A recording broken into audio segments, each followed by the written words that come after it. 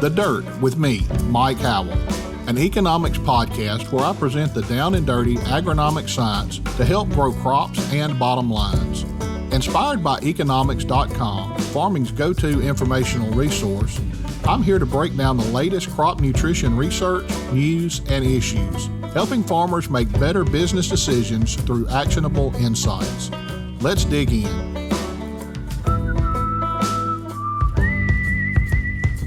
Well, hello again, everyone. Welcome back to The Dirt. Glad you're tuning in this week. We've got Dr. Glen Harris with the University of Georgia with us today. Glen, welcome to The Dirt. Thanks for having me. Good to be with you. Glen, if you would, give our listeners a little bit of information about yourself, where you're located, and what you do there at the University of Georgia. Yeah, I started University of Georgia March 1st, 1994, and going into my 30th year with UGA, located in Tifton, which is south of our main campus in Athens. And I'm an extension agronomist, soils and fertilizers, and I work mostly cotton, peanuts, corn, soybeans, and any kind of basic soils questions, working with county agents and farmers and doing a lot of meetings, as you know. I well know the meeting schedule that you have. I used to be with Extension, as you well know, and for our listeners, I guess that's how Glen and I first met. Way back when I was working with peanuts, I knew absolutely nothing about peanuts when I got started and made a phone call to Georgia. And it didn't take very long before I got connected with Glen, and he was able to help us out on a lot of fertility questions and actually came over to Mississippi several times to do our grower meetings and work with our growers over here, teaching them about fertility in peanuts. So what I thought we would talk about today, Glen, is start off talking about cotton. We're full blown into spring and planters are rolling these days, and it's not going to be long before it's time to plant cotton. And wanted to give our listeners something to think about in terms of fertility in cotton and what they need to be looking at. And I guess we'll just start with the big ones. And let's start off and talk about nitrogen. What kind of recommendations can you give our listeners about nitrogen and nitrogen management in cotton? Nitrogen is an interesting one to me because I think a lot of people just want me to give them one rate. And that's hard to do without knowing some more information. When I first started in 94, and you got to remember, this is back before transgenic cotton and higher yields, we had one recommendation at University of Georgia, 60 pounds of nitrogen per acre for 750 pound of lint.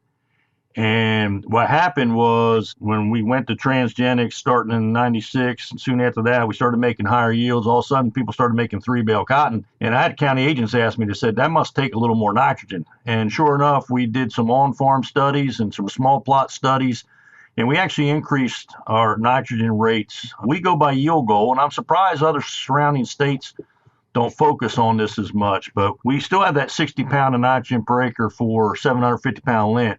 But then we go up by 15 pounds for every half bale, up to 3 bale, which would be 105 pounds of nitrogen. Now, a couple things about that. We do recommend splitting it, a quarter to a third at planting and the rest at side dress.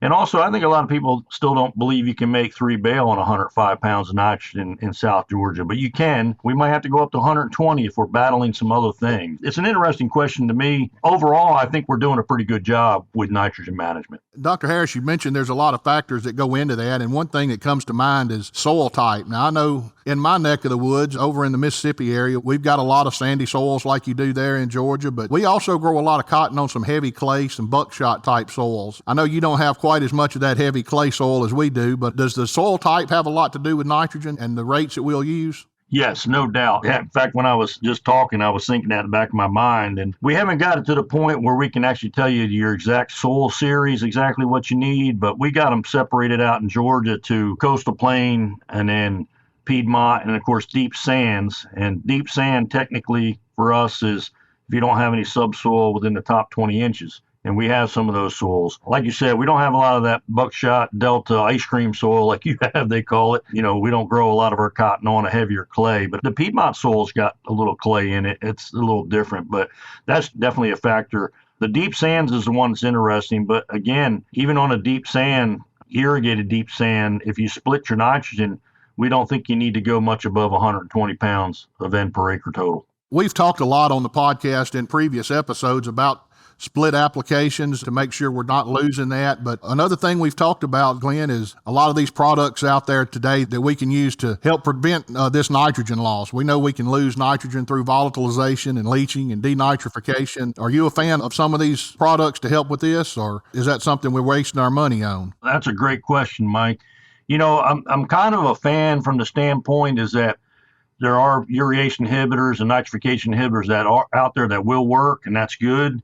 Finding out exactly which situation we need them in and whether they'll pay, that's a little trickier. And I tell people, you always got to keep cost in mind too. And if I was a grower, the way I would look at a lot of this is if I save 10 pounds of N per acre using one of these, but I can buy 10 extra pounds just as cheap or cheaper, I'm going to do that. And I really think where these products are really going to start coming in and we're going to really become big fans of them is if they ever start limiting how much nitrogen we can use. And I believe in just the state to my south, they're starting to do that. And they're saying, hey, we only want them to put out this much nitrogen.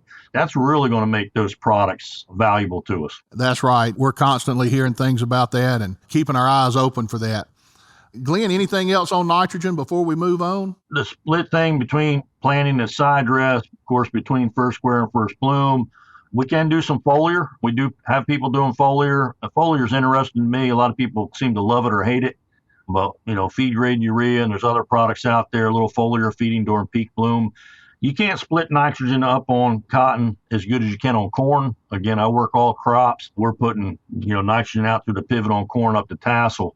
Once you get to about the third week of bloom, we don't like putting nitrogen on the ground anyway. So, and putting through the pivot's a ground application. So we got some of that fine tuning stuff on nitrogen. But basically, if you settle on the proper N rate and split it, like I said, quarter to a third at planting, the rest at side dress, you should do pretty well. Glenn, I was ready to move on, but you touched on something right there. I think we need to go back and focus in on just a little bit. You mentioned that you could get too late putting that nitrogen out. And if you would real quickly, give our listeners a time frame. When do we want to get that nitrogen out? When does a cotton plant need that nitrogen? So the whole idea of the split is because two reasons, really, maybe three. If we put all of our nitrogen out on planting, especially on our sandy ground, it's not going to be around later when the plant's really ramping up because your needs, they start out kind of low, and as the plant grows, and really once you start blooming, that's kind of peak demand, right? So it's just an uphill curve. So that's why we like to split it. And once you get to about third week of bloom, the plant is focusing on making bolls at the expense of making new roots, fine roots, and all that. So that your efficiency of uptake out of soil applied gets really low. The other reason we like to split it and not put too much up front, of course, is we don't want too much rank growth early where it won't shift into that reproductive. So there's a number of reasons why we'd like to. And again, ideally you would spoon feed it. But that's hard to do. But putting, for example, about 30 pounds at planting, that should get you to somewhere between first square and first bloom. And then you put your side dress on, and then you're going to have it there for uptake when you got your peak bloom, the first 4 weeks of bloom. Perfect. That's what I was getting at. We need to make sure we get that out there before bloom, and that's when the plants are really going to be needing that nitrogen. Glenn, I'm sure we could sit here and talk about nitrogen all day, but we do need to move on and cover some of these other nutrients. What about phosphorus? What does a cotton plant need in terms of phosphorus? Phosphorus-wise, we just don't have as much troubles here in South Georgia for a number of reasons. I think we've done a good job of fertilizing with phosphorus fertilizers and maintaining good levels. And then, of course, we got a lot of chicken litter. We're the number one chicken producing state in the country. So we have a lot of chicken litter, and that's helped build our phosphorus. And to be honest with you, I just have not done a whole lot of phosphorus work in my 29 years here on cotton just because we haven't really needed it. I think, again, we're fertilizing either with chicken litter or commercial fertilizer and maintaining good levels, and we just don't have a lot of phosphorus. In fact, I tell people N, P, and K are the big three, but if I had to list them in order for growth and yield, it'd probably be N, K, and P in that order. And then I might even put K in front of nitrogen on cotton, and we're going to get to that in a second. Yeah, and that's really one of the reasons I wanted to have you on the show today. I was in Mississippi State at the row crop short course back in December and ran into you there, and you gave a presentation talking about potassium in cotton, and that's something we've been dealing with for at least 15 or 20 years here in the Southeast. When those plants really start loading up, we're seeing this potassium deficiency and having trouble figuring out how to get more in there. So if you would, talk to us a little bit about potassium and what we need to be concerned about with potassium. Yeah, potassium on cotton to me has been really interesting. It's one of my favorite things to work on and talk about. And really, it is probably our number one issue in cotton. I think we do a decent job with nitrogen, don't have a lot of phosphorus problems. We really don't have a lot of secondary nutrient problems. We're starting to get a little more sulfur. But potassium, year in and year out, that's the one that's going to get us. And there's a lot of things going on there. And I've done a lot of work research-wise and on-farm, looking at things like rates, the 4 R's, basically looking at rates of potash and then how we split it up. So that's timing. We've looked at placement, put it close to the row or not. Source is the only one I haven't done a lot of it because there's just not that many sources, but I have compared things like muriate of potash to K-mag. And then I've also done a lot of foliar work on foliar potassium on cotton. So overall, it's a really interesting and dynamic. And like I said, if you're going to have deficiency, that's going to be the one. In fact, I kid around with my colleagues because if we have a lot of deficiency that year, they claim I didn't do my job. But I don't know if that's fair because I think sometimes the weather gets us. And a couple things about potash, too, is it's mobile, but it's not as mobile as nitrogen. And I think a lot of folks, we've gotten to the point where we think we got to treat it just like nitrogen. That's not really true. And it really comes into the timing issue. If I had to pick one piece of advice I'd give your listeners right now, is that I've done a lot of work with split applications of potash. We just talked about it. We split our nitrogen, quarter to a third at planting, the rest at side dress. But potash, I like to have it all out at planting. And then if you do anything, instead of putting more on the ground at side dress time, I'd rather actually see you wait and do some foliar feeding.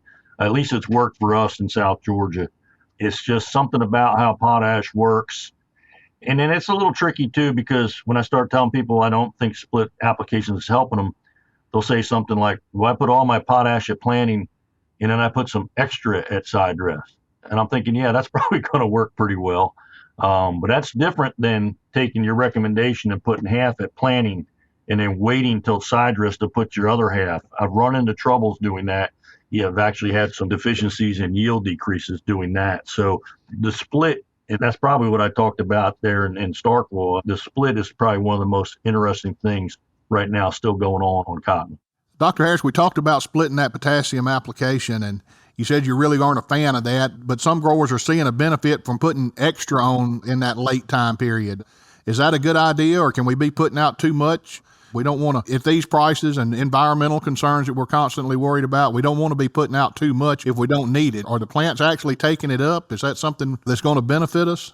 That's a great question. It's one thing I still haven't really nailed down the most because it's just easy for me to say put it at planting and then foliar. How late's too late? I mean, I know how late's too late, like nitrogen on corn, for example, but how late's too late? I really think first square, you'd probably still be all right, put some potash out. I probably wouldn't put any out after first bloom. And people will say, well, I've done it and it looks good, but I don't know if they follow that through to yield. And I've waited till the crop is up to put my potash out and been fine. And again, the demand is not as great early on when that plant's just starting out. So that's a great question. And there are some situations where putting it out late might help us. I've had situations where I've been really wet, had a lot of rainfall, and I didn't think you could drown the South Georgia sand, but we've had some years where we almost did. And in that case, the roots were probably just sitting there. And when it finally dried out and we put some out, they took it up, that kind of thing. I don't know if I can answer that exactly, but I do know that, these new cotton varieties fruit up earlier. And so I like to have a decent amount of potash at planting. So then maybe a little at side dress on the ground. And we definitely know foliar can work if you need it. So we got some options there and some tools. And doing all that, you still might get potash deficiency. And it depends on when you get it. And sometimes it depends on when you're talking about seeing the deficiency and everything. I've had calls where growers say, I got potassium deficiency, I lost all my leaves. And I go, oh no. And I go out there and then I find out it's because they have 4-bale cotton. It's loaded up and they got 4-bale cotton. And that's a good problem to have. And that's a different situation than if you go out there and you got deficiency around first bloom and you hurt your yield. That's exactly right. And I've run into that situation countless times, and we really didn't have a good answer. And one of the things I always like to do is blame our buddy Bob Kimmerate and say it's a disease problem coming in that's making it look like a potassium deficiency. You can pass that information along if you like. Well, I'm glad you mentioned that, actually. I want to make a comment on that. We do get leaf spot diseases because potassium deficiency on cotton. And Bob and I, Dr. Kimmerate and I worked a lot together when we started first seeing this. And as you probably know, Mike, when you there's one called stemphyllium, it's the most common one. And a lot of people know now that when you see that, it's potassium deficiency. And hopefully they also know that it's potassium deficiency is the main problem. And actually spraying a fungicide doesn't help. Because if you don't fix the potassium problem, it doesn't help to spray a fungicide. So Bob always says that's my problem when you get stem filling because it's caused by the potassium deficiency. And it also begs the question, and well, can I try to rescue it? And it all depends on how severe it gets and when you catch it. Because if you catch it early enough, we think some foliar, because it's probably going to happen during peak bloom. Fourth week of bloom is when, if it's going to crash, that's when it's going to crash. And if it gets so bad and so yellow and so ate up with leaf spot, obviously if it drops its leaves, you can't foliar feed it.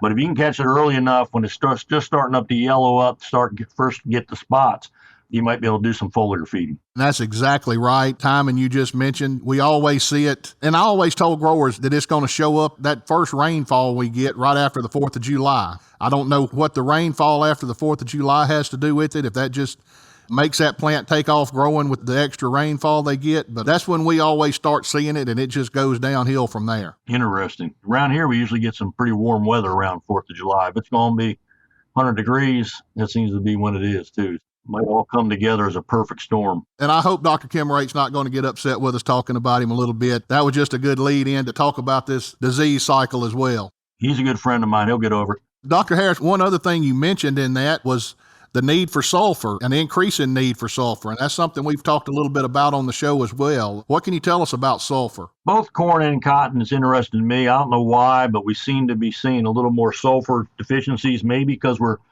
pushing our yields and using a little more nitrogen. And, you need to balance that kind of nitrogen and sulfur.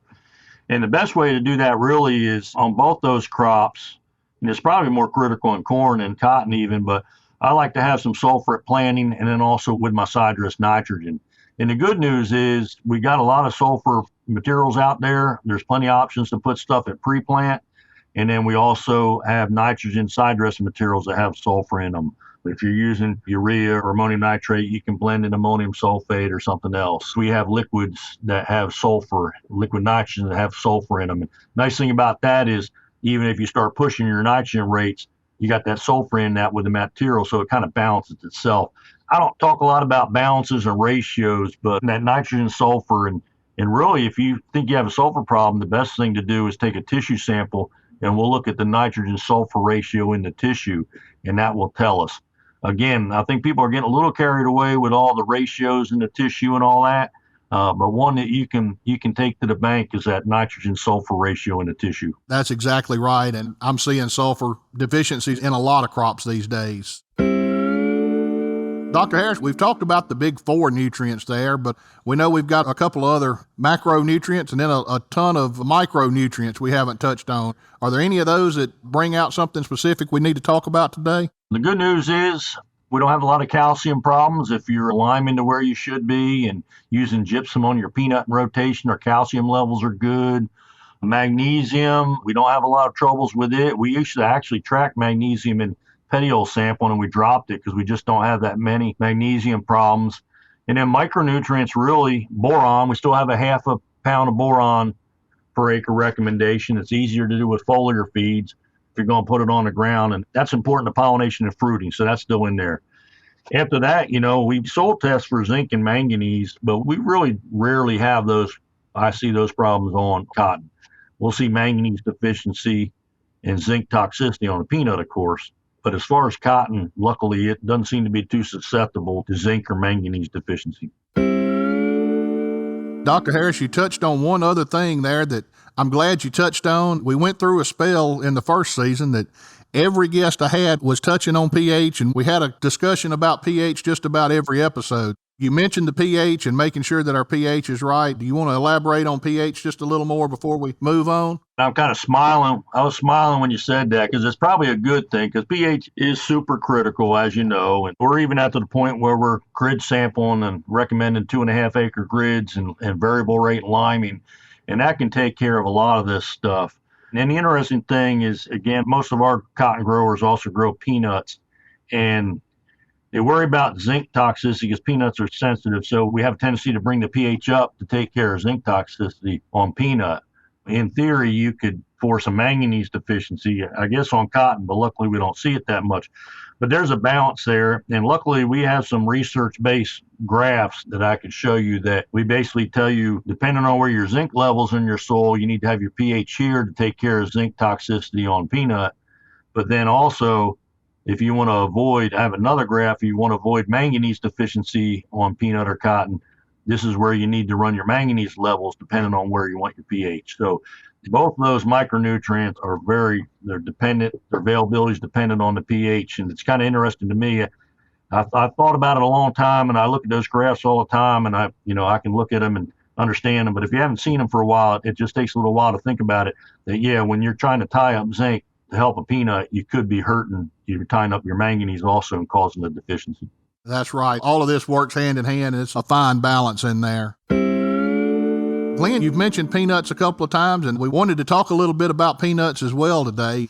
When I first started working in peanuts, and that's been, 15 years ago now, I was visiting one of our colleagues that's retired now, and he said, all you have to do for peanuts is get your pH right and put out a little boron, and don't worry about anything else as far as nutrition. Is that right, or is there something else we need to be looking at? Well, like a lot of things, there's some truth to that, but also you got to be a little careful. And a good agronomist answers every question with "it depends," right? So it depends. The way I look at it, legumes they can fix nitrogen, but we do have to have our pH right. And I like inoculating even in a short rotation to make sure, because we're saving a lot of money on nitrogen fertilizer on peanut if we get them well nodulated and they fix nitrogen. P and K, they're good scavengers, but you can get low enough where we will recommend P and K on a peanut. And it's usually K that happens because, phosphorus builds up a little more. But back when we were growing some peanut after peanut, or anytime you get some new ground that's a little lower on K to start with, you can get pretty low, but we can get low enough where you still need to put maybe some P and K on a peanut. So you take N, P, and K out, it really comes down to calcium and boron. Calcium's the big one. You get pops, and you got to have it in the pagan zone. We're using lime at planting and gypsum at early bloom. But we've been testing a lot of other products. For a while there, people said, well, I might not be able to get gypsum. So we're looking at things like calcium nitrate and polysulfate and all kinds of things as alternatives. Are any of those showing promise? Some of them will work, but they're still usually not as good as 1,000 pounds of gypsum per acre, which is our standard recommendation, and a lot of these guys do. So yeah, there are some things that can be helpful, and they might have a fit where you're borderline and you just want to make sure you have enough. So one of these products will do some good. But if you're low in calcium, and when I say low, I mean like 500 pounds, below 500 pounds per acre, Malic 1 in our case, 1,000 pounds of gypsum is definitely the way to go. Dr. Harrison, in your discussion there, you mentioned a couple of things that got me thinking. You mentioned potassium in peanuts and how we may need a little potassium, and how peanuts can scavenge potassium. And earlier we talked about peanuts and cotton in the rotation. And a lot of times people will go a year of peanuts and a year of cotton, or maybe 2 years of cotton in between that, depending on their setup. But could we be taking enough potassium out of these soils with the peanuts that's causing part of our problem in the cotton? That's definitely a possibility. And you add to the fact that probably the first question that raises is, did you bale your peanut hay off?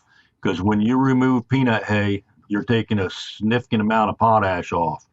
And I have 2 slides, probably my 29 years, I probably show the most are, the value of chicken litter, N, P, and K, but also the nutrients, the N, P, and K removed, and the value of that with peanut hay, because I get calls all the time about, I want to replace it, or I'm renting this land, I want this guy to, replace it, or how much am I really removing? Is it cost effective and all that? It's something to really think about.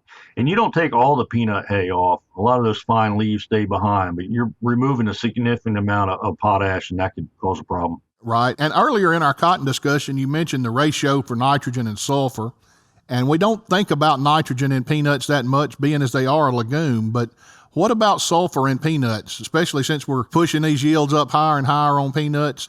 Have you done any work looking at sulfur in peanuts, and what's that ratio look like in peanuts? Yeah, I have actually. Apparently somebody came down to South Georgia not too long ago and from Virginia and said all of our peanuts are sulfur deficient. And I'm like, really? I just didn't think they were. So I did a bunch of sulfur work. And of course, if you put gypsum out, gypsum's calcium sulfate. So you're getting a good shot of sulfur there. And I've put sulfur on the ground, and I've sprayed sulfur and all that. And really, apparently peanuts are a good scavenger of sulfur out of the ground too. So I think it's really pretty much should be a non-issue. Basically, we don't have a recommendation for sulfur on a peanut. It's a pretty good scavenger. We're using a foliar sulfur spray for a fungicide, And I even looked at that, but that rate is pretty low. But I guess even if you needed a little, maybe that would work. Believe it or not, and you can look at the nitrogen sulfur ratio in the tissue just like you can with cotton. And I think what you're going to find is it's usually pretty good. We also have sulfur in our subsoils, that clay subsoil we have. Yeah, we're sandy on top, but there's sulfur down there. And a peanut is a deep tap-rooted plant. So that all adds up to, believe it or not, I'm not too concerned with sulfur on the peanut. Dr. Harris, we sure appreciate you taking the time to visit with us today. We've covered a lot of information, anything from nitrogen management in this cotton, potassium in cotton and peanuts. We've got a wealth of information from you today. Is there anything you want to leave our listeners with? Any take-home message before we move on? Like you said, I do a lot of meetings, and this is the first time in my career we've had pretty high fertilizer prices 2 years in a row. And luckily, I think a lot of people realize that you can't make good crops without good fertilization. Need the soil test, follow the recommendations, and stick to the plan is what I've been telling them. I don't have any silver bullets. Doing things like we talked about, good pH and liming program, and splitting the nutrients, following the recommendations.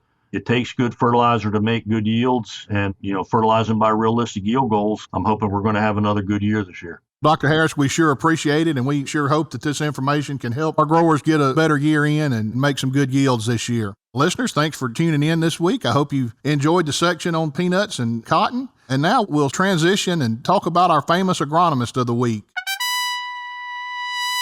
Dr. Harris, this week in our famous agronomist section, I thought it was only fitting that since we talked a little bit about peanuts, that we mentioned the father of peanuts, or who I think of as the father of peanuts, and that's George Washington Carver. For our listeners, George Washington Carver was born as a slave near Diamond, Missouri on a farm. His exact birth date is relatively unknown, but they think he was born sometime in 1864. But when he was an infant, some slave raiders came in and actually stole him from his farm there and resold him and his mother and sisters in Kentucky. Now, his owner at the time was Moses Carver, and he sent out some people to look for him, and they actually found George Washington Carver and returned him, and he and his brother were actually raised by the Carver family.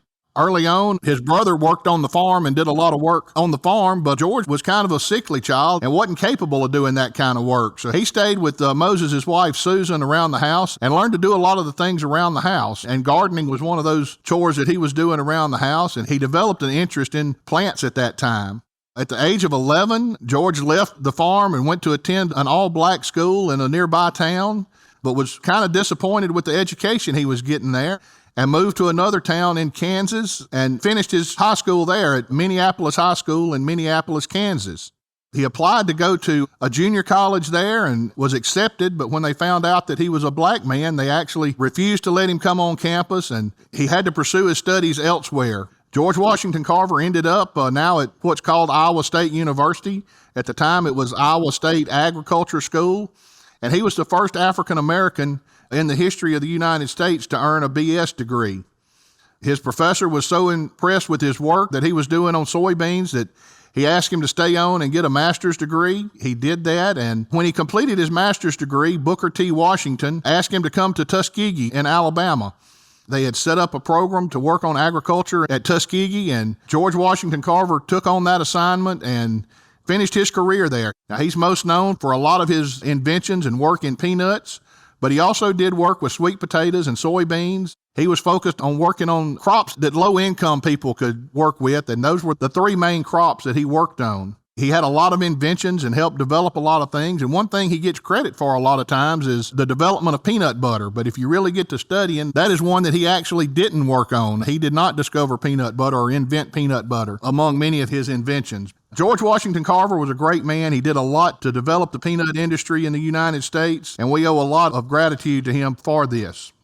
One of his most famous quotes, and I really like this, it says, "How far you go in life depends on your being tender with the young, compassionate with the aged, sympathetic with the striving and tolerant of the weak and strong, because someday in your life you will have been in all of these." Now, I think that's something we all need to take to heart. Dr. Harris, do you have anything else you want to throw in about George Washington Carver? I know you're there in the heart of peanut country. Yeah, in fact, I mentioned Georgia's number one in chickens in the country. We're number one in peanuts, too. We produce about 45% of all the peanuts in the country. So George Washington Carver is pretty important to us, that's for sure. Okay, well, listeners, we sure appreciate you tuning in this week. If you haven't caught up on all of our episodes in the past, I encourage you to do that. And for more information on any of the topics we discussed today, you can go to www.nutrien-eKonomics.com. Until next time, this has been Mike Howell with The Dirt.